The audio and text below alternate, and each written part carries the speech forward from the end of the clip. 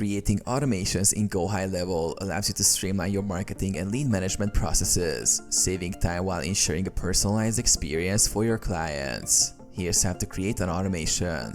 Log into GoHighLevel. Log into your GoHighLevel account and navigate to the automation section in the sidebar. Create a new workflow. Click on Workflows under Automation and then click Create Workflow to start a new automation.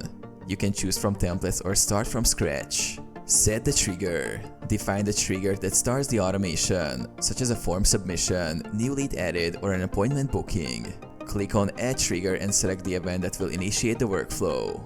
Build actions. Once the trigger is set, define the actions to be taken automatically. Actions can include sending an email, SMS, adding tags, assigning tasks, or updating lead status. Click on Add Action to choose from available actions like sending messages, creating appointments, or adding leads to campaigns. Add conditions. You can add conditional steps to customize workflows further. For example, based on a lead's behavior, you can create different paths or actions. Test and activate. After setting up the workflow, test it to ensure it runs smoothly. Once confirmed, click Activate to turn on the automation.